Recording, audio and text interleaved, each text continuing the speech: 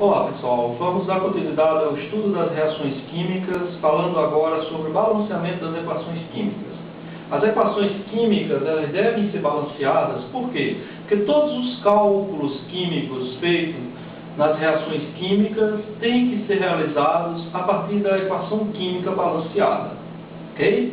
O primeiro método que nós vamos falar é o método das tentativas. O método das tentativas é um método relativamente simples. Okay?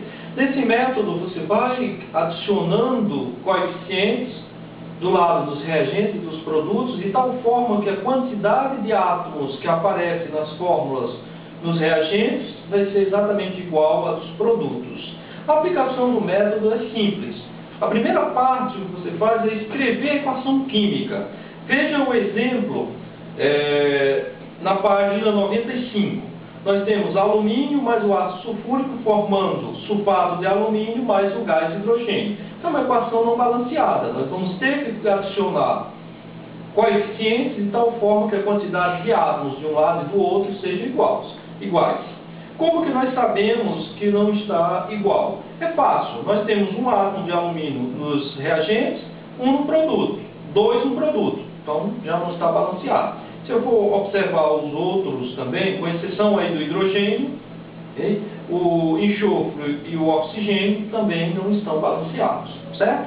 Então, uma vez escrita a equação que representa a reação, nós vamos ajustar inicialmente os coeficientes dos elementos metálicos, depois os não metálicos, em seguida do hidrogênio, e automaticamente o oxigênio já deverá estar balanceado, certo?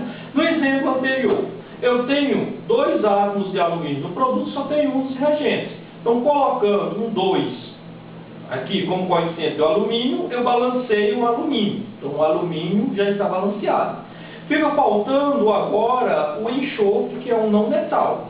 Enxofre, eu tenho 3 enxofres, átomos de enxofre no produto e tenho apenas um nos reagentes. Então, o que eu faço? Coloco um 3 multiplicando a fórmula como coeficiente, e aí eu vou ter 3 de enxofre. Uma vez balanceados os metais e os não metais, eu vou conferir se o hidrogênio está balanceado. O hidrogênio, eu tenho 3 vezes 2, 6. Do outro lado, tinha apenas 2, eu multiplico por 3, e aí eu tenho também balanceado. Uma vez balanceados os metais e os não metais e o hidrogênio, o oxigênio deverá estar balanceado automaticamente. Então vamos contar. O oxigênio, nós temos 3 vezes 4, 12 nos reagentes. Nos produtos eu tenho 3 vezes 4, 12. Então agora eu tenho uma equação química balanceada pelo método das tentativas. É um método relativamente simples. Você só não pode esquecer que primeiro você balanceia os metais, depois os não metais, em seguida o hidrogênio, e o oxigênio já está balanceado automaticamente. Outro método bastante utilizado é o método para as reações redox, sendo que essa está restrita principalmente às reações, exclusivamente às reações no qual ocorre a oxidação e redução de espécies durante a reação química. A aplicação do método é simples, porém requer um pouco mais de cuidado do que as tentativas. Primeiro escreve-se a equação química, depois determina-se um NOx para cada uma das espécies. Vamos fazer já o uso da aplicação direto no exemplo. Então o exemplo é ajustar os coeficientes, okay, da equação correspondente à reação. Nós temos o ácido sulfídrico, H2S, mais o bromo, BR2, mais o H2O, formando o ácido sulfúrico mais HBr. Isso é uma equação não balanceada. A quantidade de átomos que estão nos produtos e nos reagentes são diferentes. Okay? Uma vez escrita a equação da reação, o primeiro passo na aplicação do método é escrever o NOx.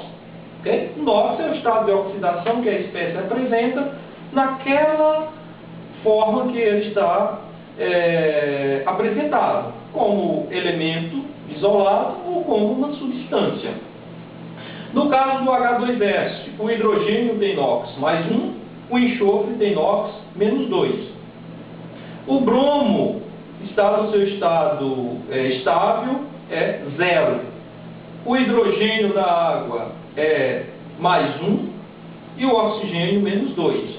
No caso do H2SO4, no H2SO4, tem que tomar um certo cuidado aí, porque tem o NOx do hidrogênio continua mais 1, o do enxofre é mais 6.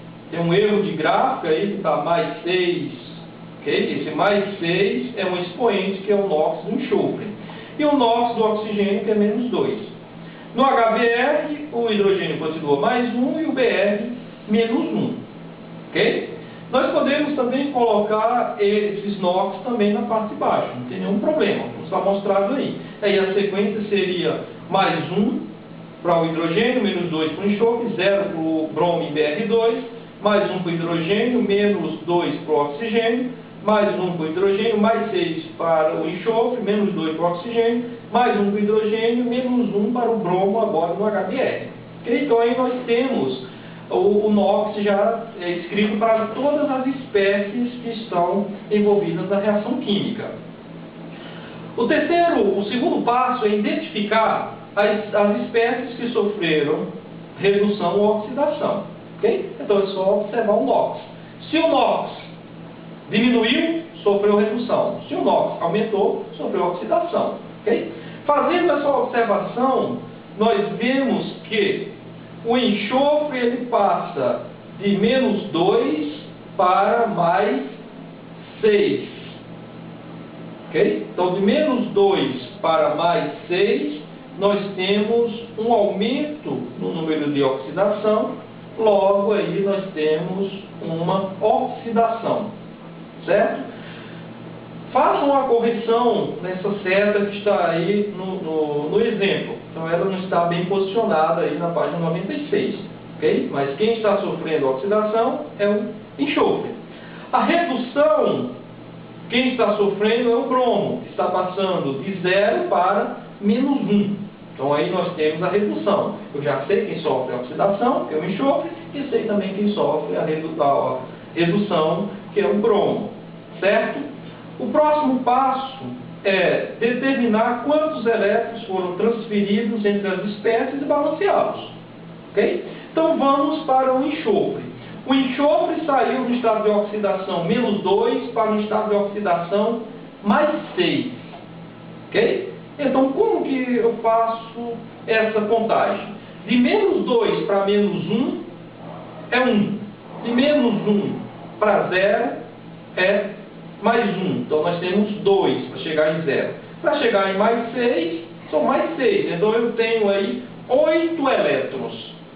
Então esses 8 elétrons foram perdidos ou cedidos durante a reação. Okay? Então cada H2S cede 8 elétrons durante o processo. Okay? E no caso do bromo?